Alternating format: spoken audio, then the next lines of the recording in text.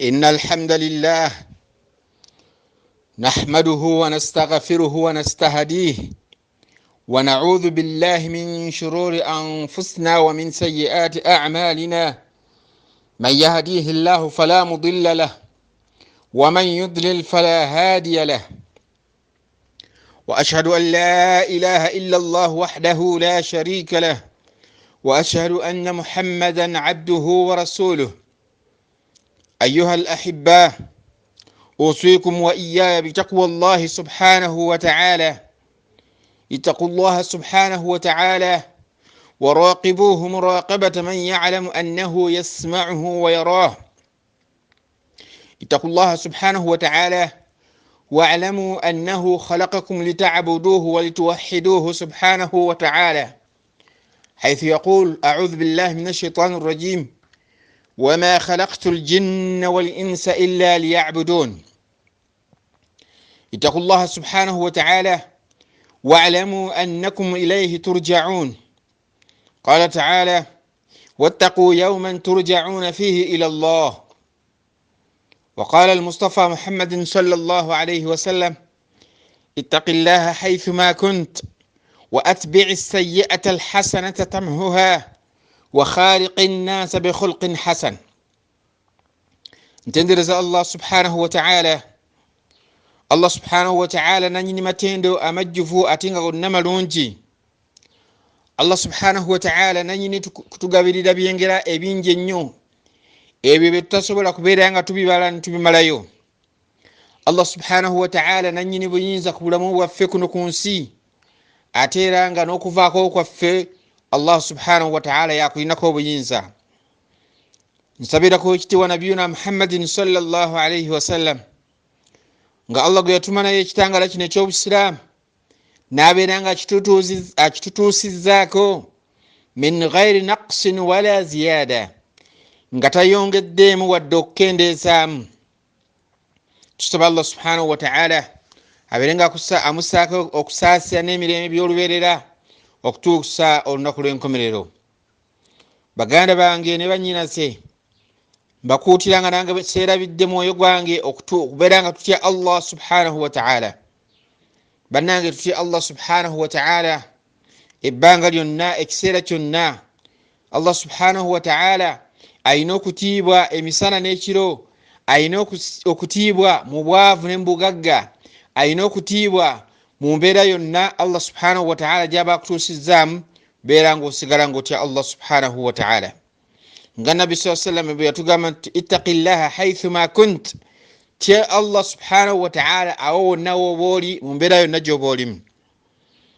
Baganda bange ne bannyinaze, kye tugenda okwejjukanyako olwaleero ye nnyambala y'omusajja mu Busiraamu. Tukimanyi bulungi nti buli nsonga yonna Obusiraamu bwagiwaako endagiriro, imma nga aya eva mu Qur'ani wa imma nga hadithi obanga kiragiro nga mubaka Muhammadin sallallahu alaihi wasallama yatulagirira engeri gye tukolamu ensonga yonna yonna ey'eddiini.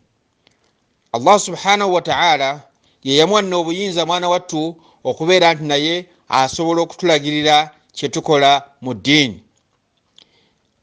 Allah subhanahu wa ta'ala agamba: a'udhu billahi minash shaitani rajim wama ataakum ar-rasulu fakhudhuhu wama nahakum anhu fantahuhu. Agamba jalla wa ala ti wama ataakum ar-rasul, ekyo omubaka kyaba abalagidde, fakhudhuhu, mukikwate mukinywerereko, wama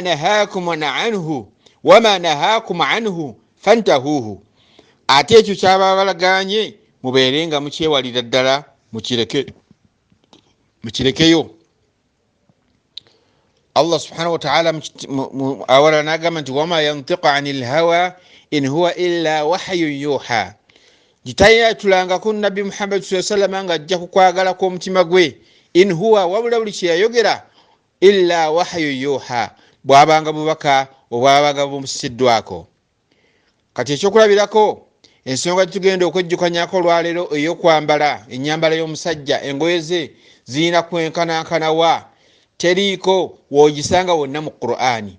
Naye olw'okuba nti Allah subhanahu wa ta'ala yamuwa obuyinza nti ekyo kyaba abalagidde mu kigoberere, Nabbi sallallahu alaihi wasallama enjigiriza ya kino yonna tugijja mu ahadithi z'omubaka Muhammadin sallallahu alaihi wasallam nga yatulagirira bw'otyo omusajja bw'alina okwambala engoye ze wawe zirina okukoma. Nabbi sallallahu alaihi wasallam agamba qala rasulullah sallallahu alaihi wasallam izaru almu'min ila adlati saqayhi thumma ila alka'bayn fama asfala min dhalika fafi nnari. Yagamba omubaka Muhammadin sallallahu alaihi wasallam nti izaru almu'min ila adlati saqayhi, enkutu y'omusajja oba engoye z'omusajja zayambala empale oba enkutu ila adlati saqayhi zibeerawo wakati kati mu ntumbwe ze thumma ila alka'bayn, bwe zibanga zisseeko katono bwe zibanga zisse nnyo tezirina kusukka bukongovule bubiri. Fama asfala min dhalika fafi nnaari, ekyo ekisukka ku bukongovule obw'omusajja bwombiriri mu ngoye z'abeera ayambadde fafi nnaari, ekyo kya muliro. Allah subhanahu wa ta'ala atugambye tugoberere omubaka we Muhammadin sallallahu alaihi wasallam. Kati omubaka Muhammadin sallallahu alaihi wasallam ku kigambo ky'omusajja okwambala agambye nti engoye z'omusajja zirina kubeeraawo wakati kati w'entumbwe ze okutuuka ku bukongovule bwe obubiri.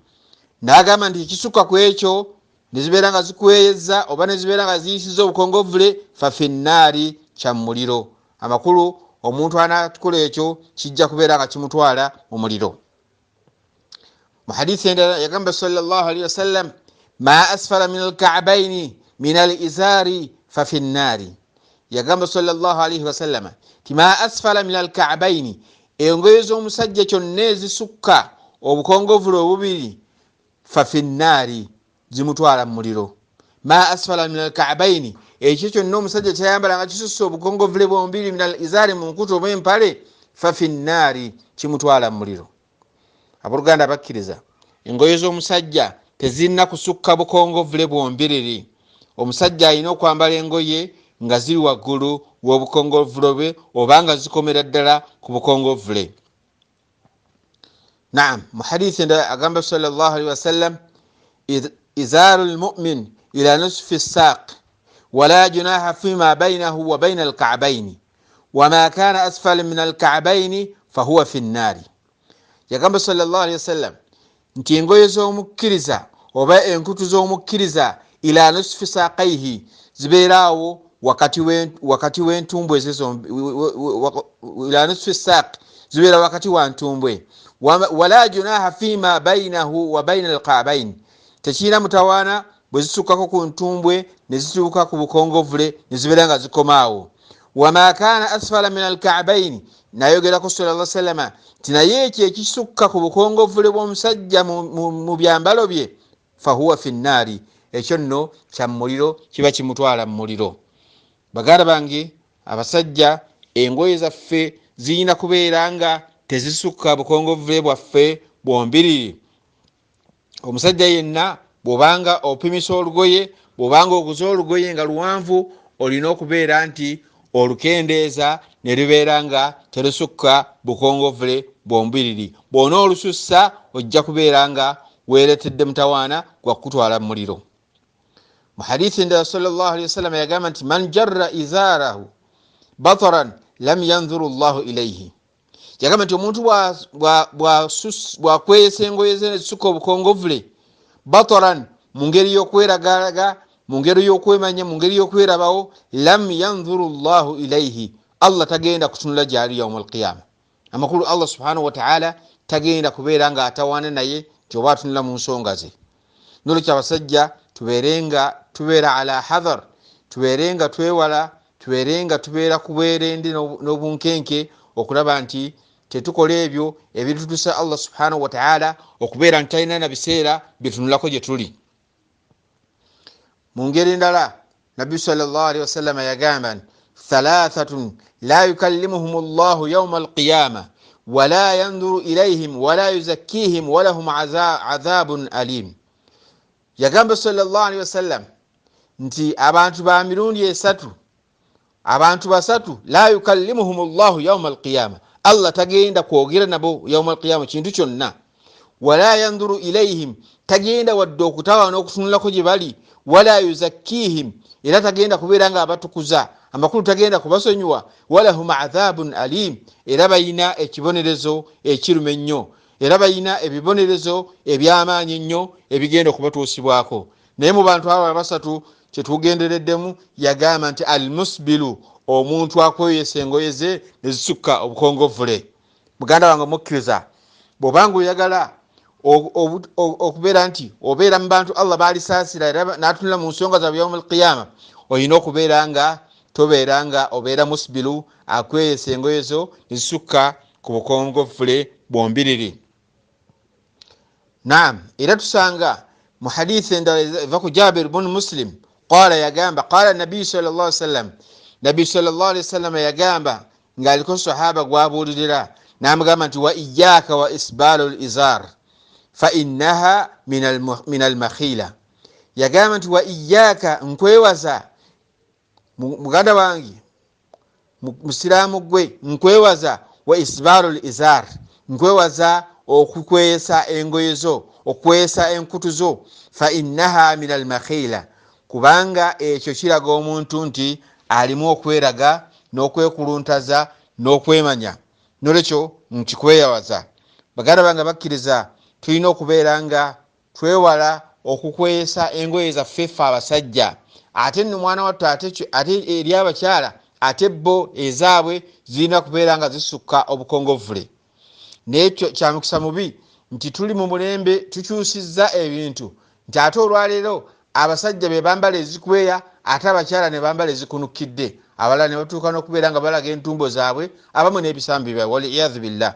ekyo no tusaba Allah abeere nga atulungamya tubeere nga tuddamu okugoberera enjigiriza ey'omubaka Muhammadin sallallahu alayhi wasallam.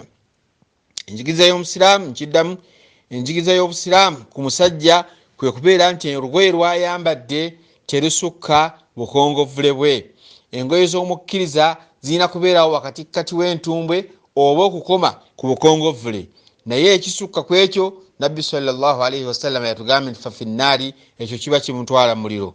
nolwekyo baganda bange tubeere nga engoye zaffe tuzambala tuleme kubeera nga tutya obanga twambala engoye ezikwesa olw'okuba nti abantu bajja kugamba nti ono ayambadde zaki z'abatabuliiki. ekyo nno mwana tukikola ki tukigenderako gweoyambadde ekyo ekyayigirizibwa omubaka Muhammadin sallallahu alayhi wasallam. ate nga ffe abasiraamu tewali nsonga yonna gye tukola okujjako nga tugoberera omubaka Muhammadin sallallahu alayhi wasallam. aqulu qawli hadha wa astaghfirullah li wa lakum wa lisairil muslimin fastaghfiruhu innahu huwal ghafurur rahim.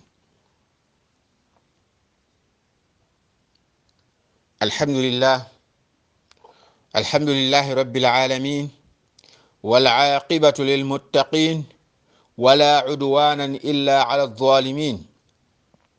أشهد أن لا إله إلا الله وحده لا شريك له وأشهد أن محمدا عبده ورسوله. اللهم صل وسلم وبارك على نبي الأمة وشفيع الأمة محمد صلى الله عليه وسلم وعلى آله وأصحابه. أيها الأحباء أوصي نفسي وإياكم بتقوى الله سبحانه وتعالى. اتقوا الله سبحانه وتعالى واعلموا أنه خلقكم لتعبدوه ولتوحدوه سبحانه وتعالى. اتقوا الله سبحانه وتعالى وراقبوه مراقبة من يعلم أنه يسمعه ويراه. baganda bange nziramu okutendereza Allah n'okusabira nabbi waffe Muhammadin sallallahu alayhi wasallam n'okubakubiriza okutya Allah tutya Allah subhanahu wa ta'ala mu bwennyini bw'okumutya mu bukakafu okumutya kubanga emirundi mingi atukubiriza mu Qur'ani okubeera nga tumutya. katumaliza khutuba yaffe olwaleero khutuba ebadde ekwatagana ku nnyambala y'omusajja omusiraamu. ne tukiraba nti omusajja omusiraamu bw'abanga ayambala engoye ze ayina okulaba nti tezisukka bukongovule bwe kubeera nga zikweya mu ttaka. ekyo nno omubaka Muhammadin sallallahu alayhi wasallam kyayigiriza. omusiraamu oba oyambadde ekkanzu oba oyambadde enkutu oba oyambadde empale omusiraamu omusajja tateekeddwa ngoye ze kubeera nga zisukka obukongovule ne zibeera nga zikweya mu ttaka. bw'onaabanga okoze bw'otyo ojja kubanga okoze ekintu ekikutwala mu muliro nga nabbi sallallahu bwagambye nti ma asfala al-ka'bayn min al-izari fa fi an-nar. Omusajja ayambala ekisukka obukongovule bwe bwombiriri mu mpale mu nkutu oba mu kanzu fa fi an-nar, ekyo kimutwala muliro. Baganda bange tubeerenga twewala ebintu byonna omubaka byakuwonako nti bitutwala omuliro, nga nambyo mwe muli ekyokubeeranga situkweyesa ngoye zaffe mu ttaka. Abasajja bangi balabibwa ng'ayambadde olugoye olukuba lwa bbeeyi, yaguze suuti tayagala kugitemako. Akhil karimu kugamba nti ekyo kyoyagala okulaga kiba kiraga nti oli mwepansipansi, oli mwemanyi, owemanyi. Naye nga nabbi sallallahu alaihi wasallam atugambye nti omuntu yenna bw'ayambala engoye ez'okwemanya ajja kubeera ng'ayongera omuliro. Waliyadhu billah, tusaba Allah abeere nga atutaasa omuliro. Inna Allah salla ala nabiyhi qadima faqala ta'ala mukhbiran wa amira inna Allah wa malaikatahu yusalluna ala nabiy ya ayyuhalladhina amanu sallu alayhi wa sallimu taslima. Allahumma salli ala Muhammadin wa ala ali Muhammad كما صليت على إبراهيم وعلى إبراهيم إنك حميد مجيد. اللهم بارك على محمد وعلى آل محمد كما باركت على إبراهيم وعلى آل إبراهيم في العالمين إنك حميد مجيد. وارض اللهم عن ساداتنا أبي بكر وعمر وعثمان وعلي وعن الصحابة أجمعين وعن التابعين وتابعهم بإحسان إلى يوم الدين. ربنا آتنا في الدنيا حسنة وفي الآخرة حسنة وقنا عذاب النار. ربنا لا تزغ قلوبنا بعد إذ هديتنا وهب لنا من لدنك رحمة إنك أنت الوهاب. اللهم اغفر لنا والوالدين وارحمهم كما ربونا صغارا. اللهم ارحم موتانا وموتى المسلمين. اللهم ارحم موتانا وموتى المسلمين وارحمنا إذا سرنا إلى ما صاروا إليه برحمتك يا أرحم الراحمين. عباد الله، إن الله يأمر بالعدل والإحسان وإيتاء ذي القربى وينهى عن الفحشاء والمنكر والبغي يعظكم لعلكم تذكرون. فاذكروه يذكركم ودعوه يستجيب لكم ولذكر الله تعالى أولى وأعز وأجل وأتم وأهم وأكبر. والله يعلم ما تصنعون. وأقم الصلاة.